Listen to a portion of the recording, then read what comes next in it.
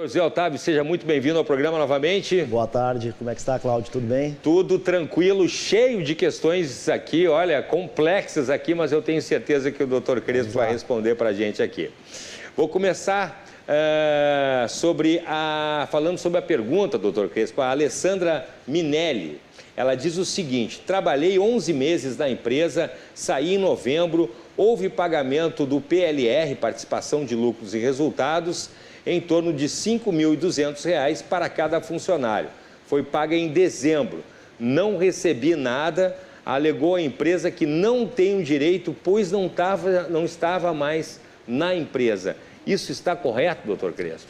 Não está correto. Por que não está correto? Se o trabalhador contribuiu para que houvesse o lucro e esse lucro fosse disponibilizado aos demais funcionários, esse trabalhador tem direito a receber de forma proporcional. Então, se ela trabalhou 8 meses, Ela trabalhou 11 meses. 11 meses. Né? Aí, quando foram distribuir, ela não estava mais lá. Ela estava na data do pagamento. Então, ela tem direito a receber proporcionalmente desses 11 meses. Inclusive, o Tribunal Superior do Trabalho, que é o órgão, tribunal, última instância da Justiça do Trabalho, tem uma súmula, a súmula 451, se eu não me engano, né, que inclusive limita que conste nas convenções coletivas ou acordos coletivos restrições que minimizem o direito desse trabalhador, né?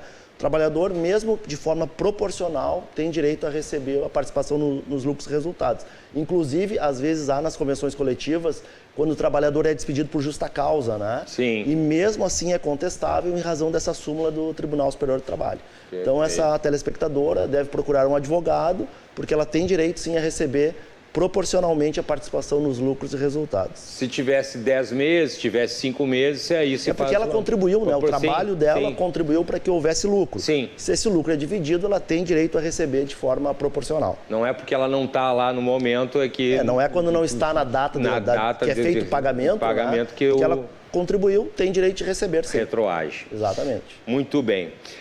Vamos adiante, olha aqui, ó, a Paula Lima, aqui de Porto Alegre, pergunta o seguinte: trabalho em uma empresa, doutor José Otávio, que exige que as trabalhadoras estejam sempre muito bem produzidas.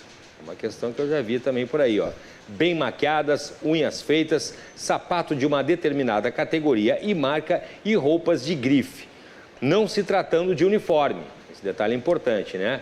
A empresa pode exigir tudo isso? A empresa pode exigir, né? A CLT permite que a empresa faça exigência. Agora, a empresa tem que pagar, tem que indenizar a trabalhadora nesse caso. Né? Roupa de grife. Ou ela vai ter que pagar a maquiagem, por exemplo, roupas de grife, né? Ou vai ter que indenizar a trabalhadora, né? Então, a empresa pode exigir, mas tem que indenizar, comprar ou pagar o que for gasto por esse empregado. É como se fosse um uniforme, né? Não chega a ser uniforme, é um padrão de vestimento que não é uniforme, entendi, né? E se a empresa exige, tem que indenizar a trabalhadora ou comprar, né, maquiagem, roupas, calçados, ou indenizar por essa imposição que é feita, né? É justo. Vamos adiante, então. Olha aqui, ó. O Antônio Azevedo pergunta o seguinte, doutor José Otávio: pedi demissão, a empresa me dispensou de cumprir o aviso prévio de 30 dias. A gente já falou sobre isso aqui no programa. Tenho direito a receber esses 30 dias, uma vez que a empresa não quis que eu cumprisse? Nós já conversamos aqui, é uma confusão que os trabalhadores fazem, né? Quando o trabalhador pede demissão, é o trabalhador que tem que cumprir o aviso prévio. Então, a empresa não tem que pagar nada. Na verdade, houve uma benesse por parte da empresa que dispensou o trabalhador de cumprir este aviso prévio. Então, não tem nada que tem que ser pago ao trabalhador, muito pelo contrário. Porque, vamos supor, se ele tem que cumprir, pediu demissão, ele teria que cumprir o aviso prévio de 30 dias. Se ele não cumpre esse aviso, a empresa poderia descontar na rescisão, né, o aviso prévio que não foi cumprido. E aqui, no caso, a empresa o dispensou de cumprir. Então, não tem que pagar nada ao trabalhador, porque era o trabalhador que deveria cumprir esse aviso prévio, porque ele pediu demissão. Sim. E não, se fosse despedido, seria o contrário. Sim. Se ele houvesse sido despedido, sim, ou ele teria que cumprir os 30 dias, né, a empresa poderia, ou ser indenizado pelos 30 dias ou a forma proporcional do aviso prévio, né? Perfeito. Vamos adiante, então. Olha aqui, ó. A Olivia Rubens fala o seguinte: meu marido é motorista há 12 anos e, em razão de um crime, está preso há 30 dias. ainda não foi julgado. Comuniquei à empresa do ocorrido e ele foi despedido por justa causa. A empresa podia fazer isso? A empresa não pode despedir nem com justa causa e nem sem justa causa. Por quê? Como ele foi preso, ainda não foi julgado, não houve o trânsito em julgado na esfera criminal, quando ele é preso, o trabalhador é preso, automaticamente o contrato de trabalho está suspenso. Ou seja, não está gerando efeitos. A empresa não vai haver trabalho, porque ele está preso, óbvio, mas também a empresa não vai ter que pagar salário, FGTS. Então, por óbvio, não pode também despedir o empregado. Fica suspenso. Porque está suspenso. Então, congela. Exatamente, fica congelado até haver um julgamento definitivo. Agora, se esse trabalhador for condenado de forma definitiva pela Justiça Criminal, aí sim a empresa pode aplicar a justa causa. Ah, perfeito. Porque o julgamento pode ser o contrário, ele pode ser absolvido. Ele pode ser absolvido. Então, na verdade, como ele está impedido de trabalhar, o contrato fica suspenso e aí tem que se aguardar o resultado. Ou ele vai ser condenado, e aí a empresa pode aplicar a justa causa, ou ele vai ser absolvido e volta ao trabalho, né? Perfeito. Vamos adiante aqui. O Evandro pergunta o seguinte, doutor José Otávio. Sou frentista há 15 dias. Me confundi e abasteci um carro a gasolina com diesel. Isso já aconteceu comigo. A empresa diz que vai descontar as despesas de diesel e o conserto, né, do veículo do cliente. Está correta essa atitude da empresa? Pois é, complexa, né? Isso já aconteceu comigo. Isso é complexo. Eu deixei assim. É complexo. Bom, principalmente assim, ó. Se não houver, primeiro, para haver qualquer desconto, nós já falamos sobre isso, do trabalhador, tem que haver uma previsão no contrato de trabalho. Então, primeira coisa que tem que saber, há previsão de desconto no contrato de trabalho desse trabalhador? Se não houver, não se discute, não pode haver nenhum tipo de desconto. Né? Vamos imaginar que há essa previsão nesse contrato de trabalho. Aí vai ter que se analisar as particularidades. Primeira particularidade, ele é um trabalhador recente. Isso. Houve treinamento para esse trabalhador, ele foi treinado, recebeu uma orientação. Recebeu uma orientação.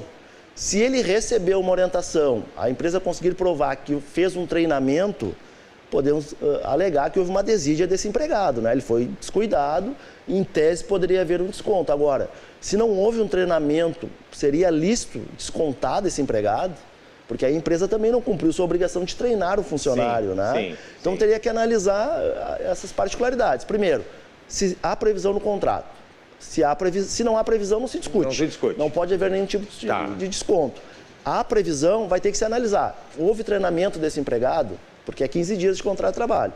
Se houve treinamento, entendo que é possível o desconto. Agora, se esse empregado não receber um treinamento adequado, não pode haver desconto, né? Porque senão vai estar...